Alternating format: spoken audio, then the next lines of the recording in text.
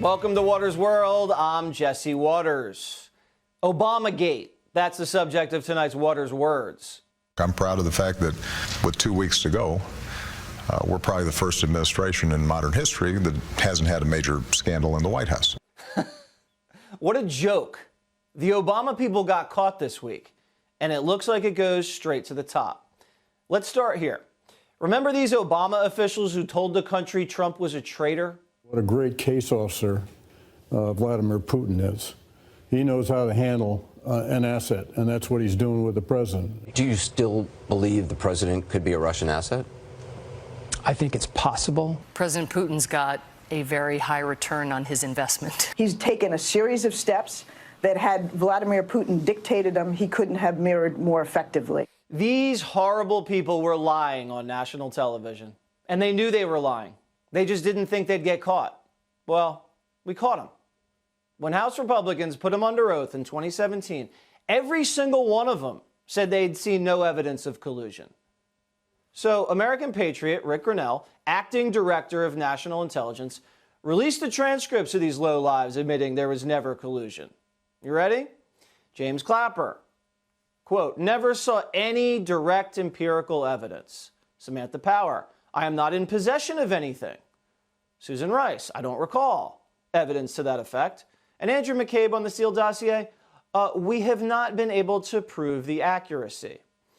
So the Obama administration wiretapped, spied on, and investigated their political opponents, and they never had any evidence of collusion. They didn't have any then, and they don't have any now, because there was no collusion. It was a frame-up. Now, what they did was they went on TV and told everybody Trump was a traitor, though. Adam Schiff did, too. These people are evil, and they're sick. I hate them for what they did to this country. And I'll never forgive them. And I'll never forgive them for what they did to Michael Flynn, a 3-star general who spent 30 years protecting America. The Department of Justice finally dropped the case against him. Here's AG Bill Barr. What should Americans take away from your actions in the Flynn case today? I want to make sure that we restore confidence in the system. There's only one standard of justice. When history looks back on this decision, how do you think it will be written? Well, history's written by the winner, so it largely depends on who's writing the history. You know, that's funny, but it's also true. And that's why this November is so important. These disgraceful people will rewrite history if they get the chance.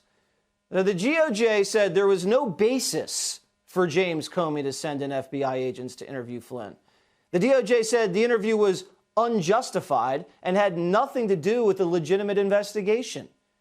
The DOJ said Flynn's phone call with the Russian ambassador was perfectly legal and totally appropriate. The DOJ said Flynn did not violate the stupid Logan Act and that he never committed perjury anyway. Remember, we finally saw documents that showed FBI agents plotting to entrap Flynn, floating their goal to get him to lie, lock him up, or get him fired. The reason the Obama administration needed Flynn gone was because he was about to uncover the scandal that the Trump team had been illegally spied on and smeared. They needed Flynn gone because their coup needed to continue. And the second Flynn was confirmed as national security advisor, he'd be able to see everything that they'd been doing. Now, the president fumed over this injustice earlier. I hope a lot of people are going to pay a big price because they're dishonest, crooked people.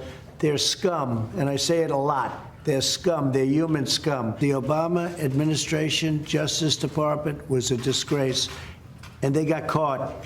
They got caught. Very dishonest people, but much more than dishonest. It's treason. It's treason. Strong words, and they're backed by facts. New documents tell us everything. They'd opened up an investigation on Flynn just because he was on the Trump campaign and he traveled to Russia once.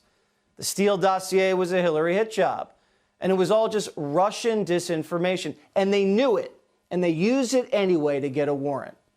The FBI had doctored evidence to listen to Carter Page's phone calls. The Papadopoulos conversation at the bar, CIA set up.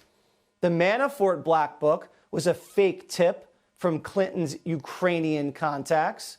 The spies, the wiretaps. Flynn was about to find out all.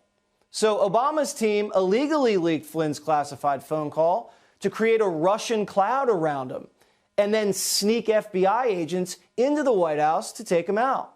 Barack Obama knew what was going on. New transcripts show Obama was aware of the intimate details of Flynn's call, a call that wasn't criminal at all. This raised eyebrows because Obama hated Flynn, fired him in 2014, and told Trump not to hire him.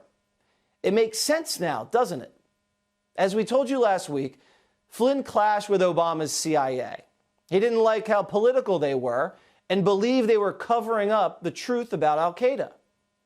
On January 5th, 2017, during the transition, Obama DOJ official Sally Yates attended an Oval Office meeting with Comey, Biden, Brennan, Rice, and Clapper, according to these documents. They were discussing Russian election interference, which they'd obviously use as an excuse for Hillary losing. And after the briefing, Obama asked Yates and Comey to stay behind and said he had learned of the information about Flynn and his conversation with the Russian ambassador. Obama was seeking information on whether the White House should be treating Flynn any differently, given the information. Yates recalled James Comey mentioning the Logan Act in front of the president, which ended up being the BS excuse for unleashing the sting. Another memo says Biden stayed behind too and witnessed the conversation. Now, remember the Strzok page text that came out? Remember this one? The White House is running this. POTUS wants to know everything we're doing. Naturally, because counterintelligence investigations are done solely for the commander-in-chief. It all connects now, doesn't it?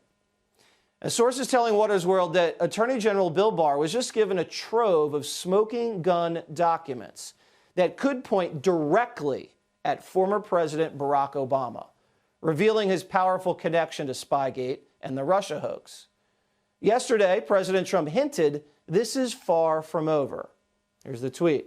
Yesterday was a big day for justice in the USA. Congratulations to General Flynn and many others. I do believe there is much more to come. Dirty cops and crooked politicians do not go well together. We'll have to wait and see how this all unfolds. Reports are that Adam Schiff is, quote, panicking. John Durham is working around the clock, putting together a winnable case in court. But if this goes all the way to the top, like it appears it does, Bill Barr is going to have to appoint a special prosecutor with a wider scope to get to the bottom, or should I say, the top of Obamagate.